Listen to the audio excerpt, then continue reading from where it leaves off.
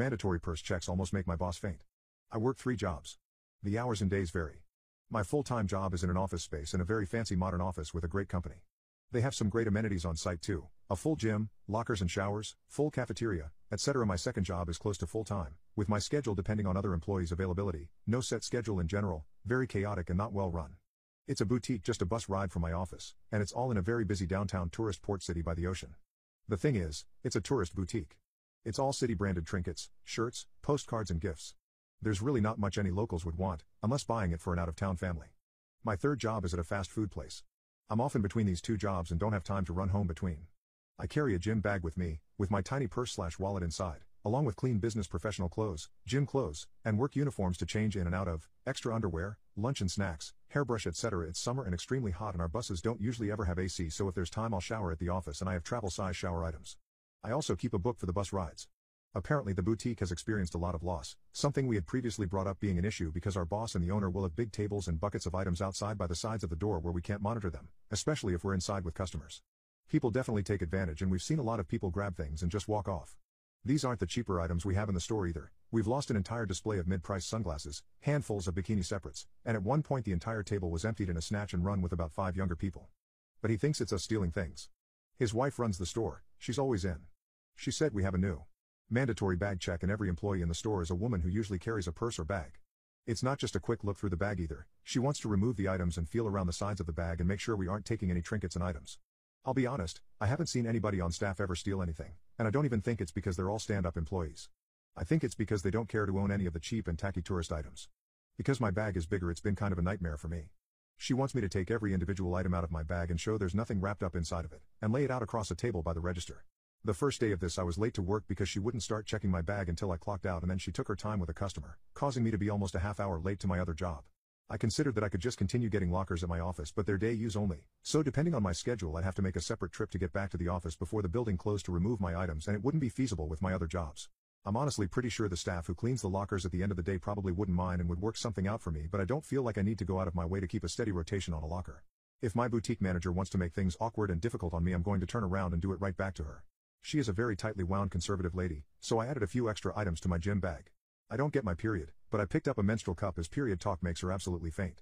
I included some new reading material, old 70s Playboys I keep at the house, for aesthetic purposes and because I just like them. I swapped in some of my sexiest and functionally impossible underwear, but also one of my granny-est of panties.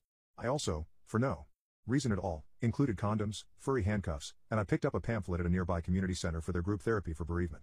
It went off perfectly at the end of my shift. There were customers in the store and she made me go through my bag item by item, opening them up and holding it up so she could check to make sure there was nothing hidden. I carefully fanned out my old magazines to show there was nothing between the pages. I pulled out each set of panties like a creepy fashion show, holding them up to the light so she could see directly through the lace. Every item we pulled out of the gym bag made her more and more flush. She was so uncomfortable that she could barely perform the check. She nearly had a panic attack when I pulled out a little sandwich baggie with a menstrual cup in it. I even pulled out the pamphlet and set it aside slowly with intent to seem affected by it, and she looked at me quizzically and kind of confused and asked what it was about, and I said solemnly, "Oh, I haven't lost anybody, but it's a great place to meet new people." I pulled the condoms out right after saying that. My second bag check was definitely faster than the first, and I was finished and out the door in time to catch my bus and arrive at work early. Speed running the bag check wasn't my initial plan, but it was definitely an unconsidered plus to the situation. I honestly don't mind doing a bag check if they really feel like it's so necessary, but the invasiveness of making every employee pull out everything in their bags on a table where every customer in the store has a plain view of what's going on is a little much, and purposely making it take so much time that it's interfering with our other jobs and personal lives is crossing the line. But now I'm kind of excited to see what other items I can include in my gym bag just to keep her on her toes. I don't want it to be too obvious, but just enough to make her consider that a lady's bag is usually private, and upending that for all our customers to see might not be great for business. Log everything I do? Sure, I can do that. This was almost 10 years ago, contracting for a very large financial services provider. For some context, the team manager was promoted to a new division, and the team, 8 of us working across 2 shifts to cover international as well, was left with 2 team leaders, we'll call them moron boy and passive gal, to run the show until the new manager was hired. The new MGR joined 6 months later, or early, depending on perspective, and probably because of me. My job in a nutshell was to onboard new employees into all the required systems for their daily functions, as well as set their email and AD accounts for server access, which was dumped on my lap a month into my job because I had prior experience, so said moron boy. I didn't mind the email and AD because it's 2 minutes per account, and didn't affect my central function by more than 20 minutes a day, it'll make sense soon. And audits were 30 minutes a week. This all happened from a centrally shared mailbox. It's requests, so you can't determine how busy you are. On to the fun. Almost before the door hit the manager on the way out, moron boy and passive gal called us into a meeting room and stated that we must do no less than 10 requests a day, all to be logged on their call logging system, and here are the contract amendments we must sign or be fired. Being a contractor, you'd think I would shut the hell up, but nope, I just can't do being kicked in the balls, so I piped up I don't see how it's possible to guarantee 80 requests a day minimum for every team member to meet the requirement. Why not scalar the ticket count and see who did what? His face turned a deeper color and he shouted at me to mind my own business. I didn't know what I was talking about. Cue my MC, which included calling my contract house manager, Sassin Funny Gal, explained what was happening, and after she could breathe again from laughing so hard, she told me not to get her fired. I head back to my desk, knowing full well that audits are about to start in a week, and I get multiple requests to make amendments to accounts to test Active Directory security. And lo, here it begins.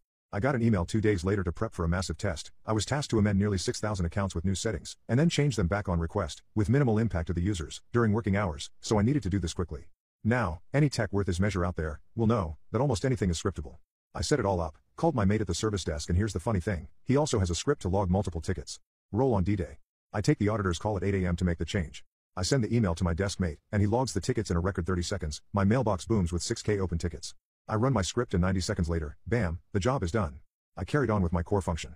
3 hours later, the auditor called me to revert. I ran my second script, and everything back to normal, called my mate to close the tickets, and a minute later my mailbox was frazzled for a bit getting 6K closure tickets. It's at this point I smile, sit back, and start browsing all my meme sites. Yes, joys of AD control, I gave myself unrestricted internet access. A nice perk. Anywho, in less than an hour, passive gal comes to me to ask what's happening. I simply state that the contract amendment they forced on us means I don't have to work for 200 days. So I'll be sitting here enjoying my time off, or I can do it from home. Either way, I'm ahead of the curve. She walks away and moron boy storms over demanding I get back to work. I repeat what I said to passive gal. He splutters for a while, and he huffs off. True to my word, I sat at my desk doing nothing, but sadly it didn't last 2 days before the head of the department called me in. After an initially aggressive start to the meeting on his part, I got to explain the sitch. I wasn't even to the good part and he dropped his head into his palm, calmly listened to the story, asked me for a copy of the amendment, and thanks me for the time. 2 hours later he calls me back and asks me, with Sassin Funny Gal in the room, what would it take to get me back to work? I decided to keep it simple, formally retract the stupid amendment, and pay me out for the time spent on the audit, which is 600 days, as per the contract amendment. He blowfished for a few seconds, agreed, and I left for the day. Wake up the next morning to a huge jump in my bank account, with an email confirming I'll be back in the office, please. I am a man of my word. I was back at my desk, working as usual, and for some reason, moron boy and passive gal never came near me again, even when I shifted to another department. The 8-year-old girl next door just broke my heart.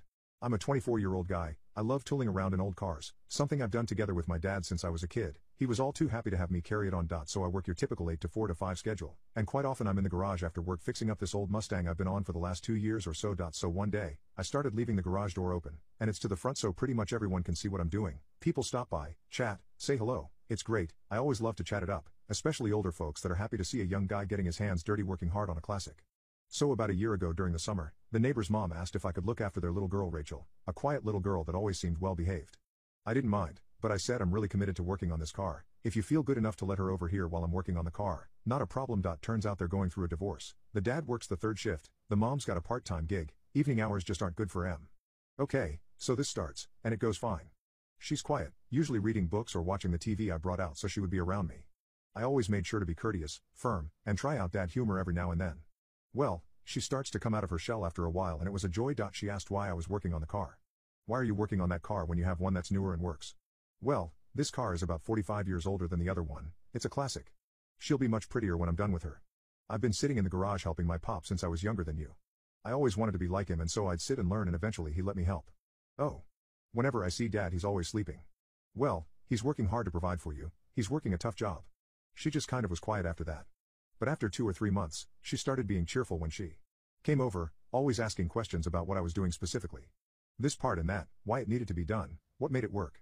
I was glad to impart knowledge. I think everyone likes teaching a bit, especially something you're passionate about. I started teaching her about tools, how to recognize which ones you need, what they can do on a car or around the house. She started to light up. I got the sense that besides school, she didn't have much of a parental figure, or anyone to teach her anything about life, or anything. One time my dad visited in his 66 GT convertible, and I took her for a ride in it.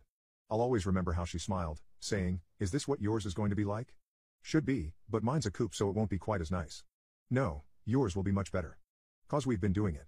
My chin started to wobble and I just smiled and said, "You're right, it will be." She'd really started to grow on me. I mean, it would be impossible not to let her into your heart. A bright-eyed smart little girl that just soaks up everything you teach her, wants to learn, and looks up to you like that. It made me sad, because the times I saw her parents interact they were always snide or yelling at each other, when they were around, that is. This spring I started noticing the mother leaving without a uniform, sometimes dressed to go out.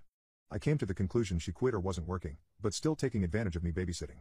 Which I didn't mind in the slightest. Sometimes Rachel would be quiet when she came over, but I always waited until she would open up. She'd let out tidbits like, "Mommy woke me up late at night, she was acting funny."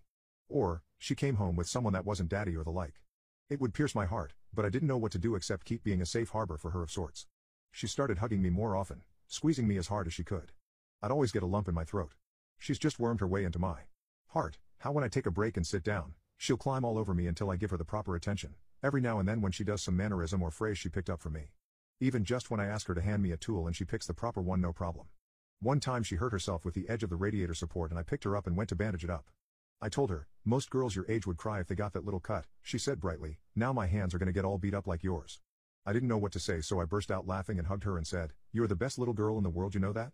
Then a few weeks ago, her mom came over and said they were going to get a divorce, and if I could still keep watching her during the week. I told her I was sorry and absolutely, she's a delight to have around. Yesterday she was morose and quiet, unlike she had been in a long time. Turns out her parents will be separating and they'll have to move soon.